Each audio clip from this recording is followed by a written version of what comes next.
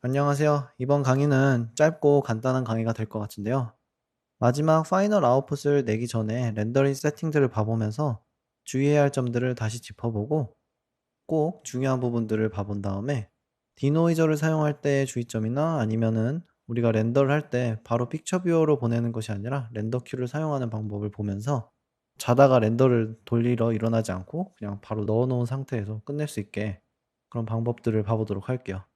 이제 첫 번째로 주의해야 될 점은 이제 세이브에서 지금 제가 이 씬 마지막 씬을 제가 실제로 렌더할 때 썼던 값들로 다 가져왔습니다. 그래서 씬에서 자기의 폴더에 꼭 이렇게 저는 프로젝트명 다음에 다시 원값을 백스페이스를 넣어주고 프로젝트 토큰을 넣어주는데요. 그래서 여기에 렌더된 샷 폴더를 봐보면 이런 식으로 저의 파일 구조를 볼 수 있는데 여기에 저는 보통 제 샷 파일에 클로저 파일에 들어갔을 때, 프로젝트 파일에 들어갔을 때, 5번째 샷 폴더, 거기에 3번째 예제, 그리고 마지막 샷. 여기에 들어갔을 때, 샷마다 다 이렇게 렌더 폴더들이 있는 것을 보실 수 있습니다. 그래서 바로 렌더를 다른 곳에 해주지 않고 이 샷 폴더에다가 렌더 폴더를 만들어서 해주고 있어요. 그래서 그 안에 토큰을 이용해서 프로젝트 명의 폴더를 만들어주고 그 안에 이제 프로젝트 명과 똑같은 파일들의 이름으로 그리고 대신 이런 AOB 파스들은 이름이 뒤에 붙게 해주었습니다. 이 부분은 자동으로 AOB 같은 부분들은 자동으로 이제 붙어서 이렇게 나오니까 따로 만지실 부분은 없고 다만 이 부분이 멀티패스와 똑같은 파일 패스로 가지게 해서 같은 폴더에 저장해 주는 게 좋겠죠? 그리고 또 중요한 점은 이 멀티패스로 특히 EXR로 했을 때 멀티레이어 파일을 꼭 언체크해 주시는 것을 추천드립니다. 이것을 체크해 주면은 이 EXR을 익스트랙트하는 플러그인을 써서 다 쪼개줘야 되기 때문에 파일 하나로 나오는 그런 장점은 있겠지만 이렇게 쪼개져서 그냥 갖다 넣어서 쓰면은 플러그인 없이 간단하게 쓸 수 있기 때문에 저는 이렇게 멀티레이어 파일을 끈 상태로 모든 파일을 이렇게 렌더링을 해 주고 있습니다. 그리고 한 가지 더 제가 분명히 기초 섹션에서 얘기를 했던 부분인 것 같긴 한데 그래도 다시 한번 짚고 넘어가면 렌더링을 했을 때 이렇게 32비트로 렌더링을 하지만 용량을 조금 줄이기 위해서 16비트 플롯을 체크를 해 주고 있어요. 하지만 작업을 할 때는 32비트에서 할 것입니다. 그래서 이 부분을 좀 해서 반으로 줄여서 용량을 조금 세이브를 해 주고 있고요. 컴프레션 메소드는 집 컴프레션 메소드를 사용하고 있는데 다른 부분은 뭐 RL이나 이런 부분도 몇몇 분들은 사용하시는 걸로 알고 있는데 저는 그냥 집으로 기본으로 사용하고 있습니다. 레드시프트에서 이제 봐야 할 가장 중요한 부분은 이제 샘플링은 다 지나갔으니까 괜찮은데 글로벌에서 이제 잊지 말고 여기서 컬러 매니지먼트에서 뷰를 로우로 해주고 compensate for view transform은 꼭 꺼주셔야겠죠? 그래야지 우리가 렌더링을 했을 때 리니어 이미지를 렌더링하고 ASS가 베이크된 상태가 아닌 리니어 이미지를 렌더링해서 애프터 이펙트에서 작업을 할 거니까 꼭 이 세팅을 더블 체크해 주시기 바랍니다. 저도 하위 버전에서는 이 부분이 굉장히 체크가 불편하게 되어 있었는데 그래서 그 때문에 렌더를 다시 했던 기억들이 굉장히 많아서 꼭 주의해야 할 점인 것 같아요. 그리고 파일명도 꼭 영어로 해주시는 것을 추천드리고요. 그리고 샘플링에 와서 만약 디노이저를 사용하신다면 이런 식으로 나올 텐데요. 디노이즈 AOB는 보통 사용하지 않는 편입니다. AOB를 디노이즈 하게 된다면 글리치 같은 거가 많이 생길 수 있기 때문에 이런 부분은 그냥 기본값으로 이렇게 쓰고 있고요.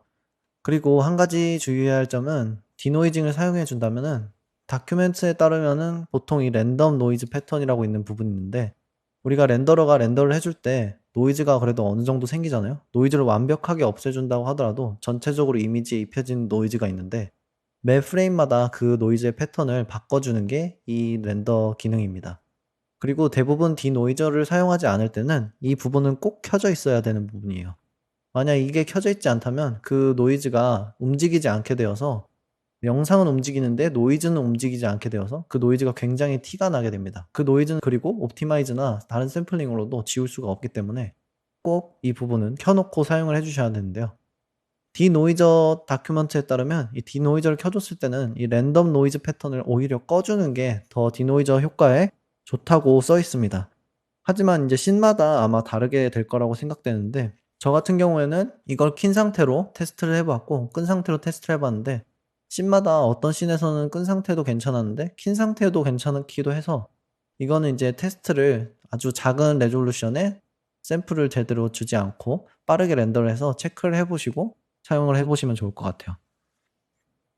그 다음은 간단하게 렌더 큐를 봐볼 텐데요. 렌더 큐는 이제 렌더 칸에 오면 렌더 탭에 이렇게 렌더 큐가 있는 것을 보실 수 있습니다. 이 위는 Add to 렌더 큐가 있는데요. 바로 지금 우리가 보고 있는 씬을 렌더 큐에 넣어주는 건데 그 부분은 이제 렌더 큐를 불러왔을 때도 할 수 있으니까 렌더 큐를 눌러서 창을 불러올게요. 이렇게 렌더 큐를 불러오게 되면 이런 식으로 다양한 파일들을 여기 넣어서 직접 C4D에서 파일을 키지 않더라도 여기 지금 집중되어 있는 이 렌더 세팅을 바로 가지고 오고 카메라도 읽어드려서 렌더를 해줄 수 있게 됩니다. 지금 제가 이미 몇 번 렌더를 하면서 했던 부분들이 기록으로 남아 있는데 이렇게 렌더가 뭐 3시간 50분 내에 끝났다 이런 부분도 확인할 수가 있죠. 30분에 끝났고 이거는 4시간이 걸렸고 이거는 4시간 10분이 걸렸고요. 이런 식으로 확인할 수 있고 카메라도 여기서 확인할 수 있고 렌더 세팅도 제대로 되어 있는지 확인할 수 있기 때문에 이 렌더 세팅도 기본 렌더 세팅 이름인 마이 렌더 세팅이 아니라 저같이 이름을 주시고 원하는 렌더 세팅의 이름을 정해주시면은 여기서 왔을 때 좀 손쉽게 확인할 수가 있겠죠. 카메라도 이름을 조금 제대로 이름을 해주신다면 여기 이렇게 렌더 큐를 사용할 때 파일을 껐다 켰다 할 필요 없이 아 내가 제대로 된 렌더 카메라를 사용하고 있구나 라는 거를 어느 정도 아실 수 있게 됩니다. 그래서 그런 정리 정도도 이제 좀 해주시면 좋고 이렇게 렌더 큐를 사용하려면은 첫 번째로 파일이 이미 열려져 있으면은 이 버튼 Add Current Project로 바로 추가를 해주실 수 있습니다. 그러면 이제 제가 세이브를 먼저 해야지 이런 창이 안 뜨는데 한번 이렇게 세이브를 해서 파일에 세이브 됐다는 표시가 뜨면은 추가를 해주면 이렇게 렌더 큐에 큐가 잡힌 것을 볼 수 있게 되죠. 그리고 렌더를 지금 하지 않았으니까 당연히 이런 식으로 썸네일도 없고요. 하지만 이렇게 모든 값들을 제대로 가지고 오고 있는 것을 볼 수 있습니다. 이 외에도 시네마 4D에 아무 파일이 켜져 있지 않아도 렌더 큐만 그냥 바로 클릭한 다음에 여기서 오픈을 눌러서 씬 파일을 여기서 추가를 해줄 수 있습니다. 이렇게 되면 당연히 이제 파일을 열지 않고도 다양한 씬들을 여기 미리 넣어줄 수 있겠죠. 그래서 저는 보통 자기 전에 최대한 작업을 해놓고 여기 렌더 큐에 넣어놓고 렌더를 돌린 다음에 자고 일어나면 그 다음날 이제 렌더를 확인하는 그런 식으로 작업을 했었습니다. 이번 강의는 정말 간단했는데요. 이제 집에서 렌더를 해보시고 다음 강의에서는 우리가 그 렌더 32비트 리니어 이미지들을 가지고 애프터 이펙트에서 후보정을 해보면서 어떻게 ASS 세팅을 쓸 수 있는지 알아보도록 하겠습니다.